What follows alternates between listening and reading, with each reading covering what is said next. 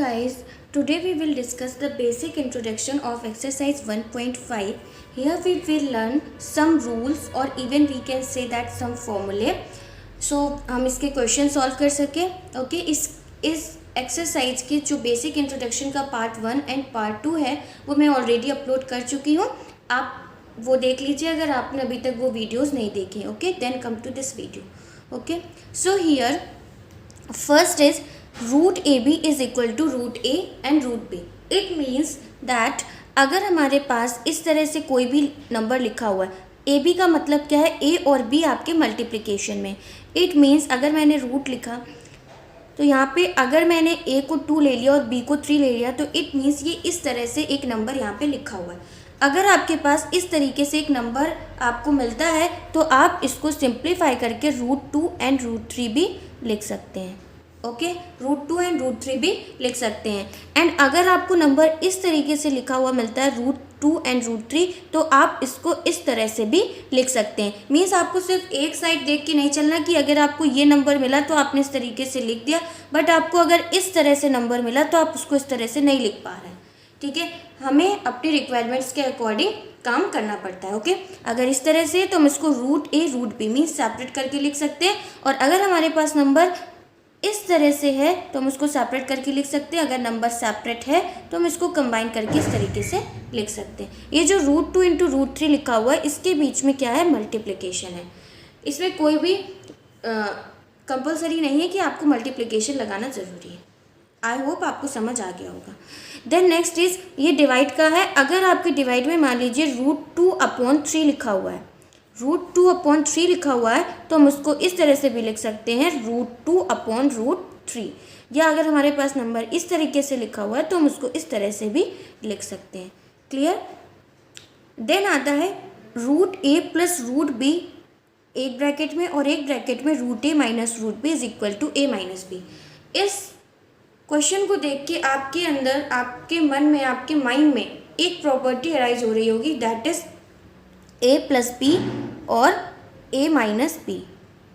Okay ये क्या होती है, A square minus B square.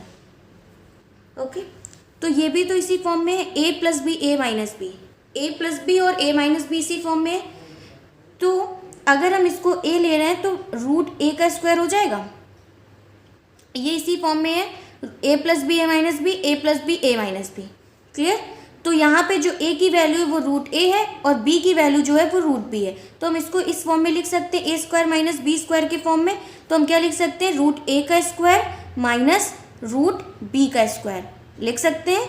और आपको पता है जब हम रूट ए का मल्टीप्लाई रूट ए से करते हैं तो क्या मिलता है, हमें क्या मिलता है, ए मिलता है. और रूट बी का मल्टीप्लाई रूट बी से करते हैं तो हमें क्या मिलता है, बी मिलता है. तो हमें ए माइनस बी यहाँ पे मिल गया. तो इस तरह से अगर आपके पास इस तरह से प्रॉपर्टी आती है तो आपको जो मिलेगा वो ए माइनस बी मिलेगा. और ए माइनस बी कैसे आए ये हमने प्रूव कर लिया. अब कुछ लोगों के डाउट आ रहा होगा कि रूट ए और रूट ए कैसे हो जाता है. एक बात बताओ कि जब हमने ए स्क्वायर किया है, ए स्क्वायर किया है मीन्स रूट ए का स्क्वायर किया है, ये मैंने किया है. रूट ए का स्क्वायर का मतलब हो गया आप रूट ए और रूट ए लिख सकते हो, लिख सकते हो, रूट ए और रूट ए लिख सकते हो. अब हमने कहा हम इसको कंबाइन करके भी लिख सकते हैं. इट मीन्स कि हम रूट ए को ए का ए से मल्टीप्लाई करेंगे तो ये बेसिकली ए स्क्वायर हो जाएगा. हम इसको कंबाइन करके भी लिख सकते हैं ए स्क्वायर. अब ये जो अंडर रूट है ये आपका स्क्वायर से कैंसिल हो जाएगा तो बाहर क्या आएगा, आपका ए आएगा. क्लियर. ये जो अंडर रूट है ये स्क्वायर रूट है, ये स्क्वायर रूट किससे, स्क्वायर से कैंसिल हो जाएगा तो बाहर क्या आएगा, ए आएगा. क्लियर हुआ. ओके सो इसलिए यहाँ पे जब हमने रूट ए का स्क्वायर किया तो हमारे पास ए आया. सिंपल सा था. आई होप कि आप सभी को आता होगा. जिसको नहीं आता होगा उसको समझ में आ गया होगा कि जब अंडर रूट में 2 सेम नंबर लिखे होते हैं तो उसका जो बाहर आता है वो सिर्फ ए आ जाता है.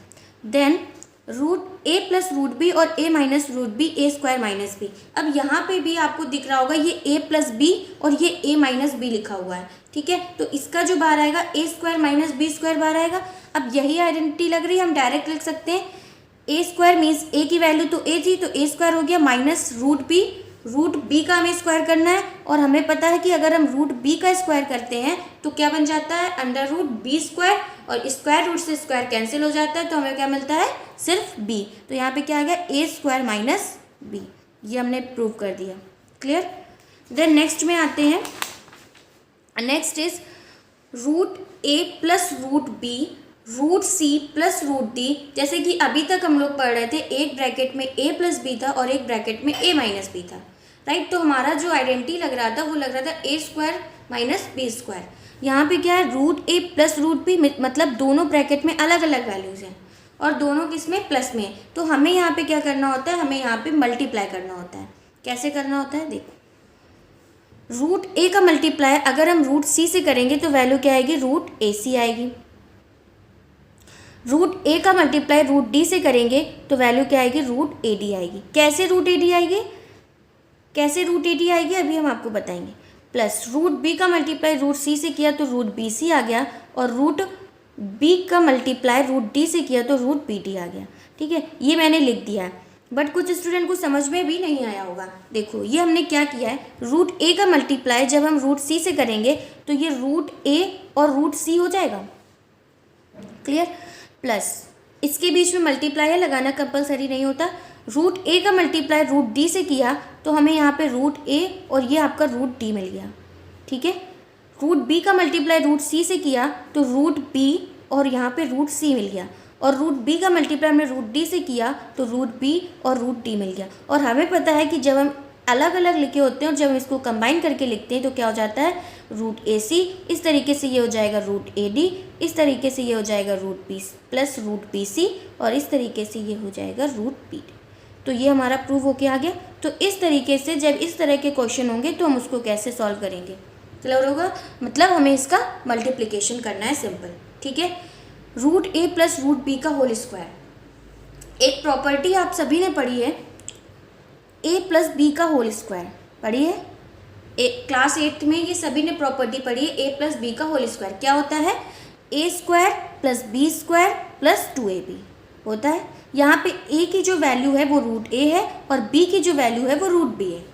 इससे हमें करना है।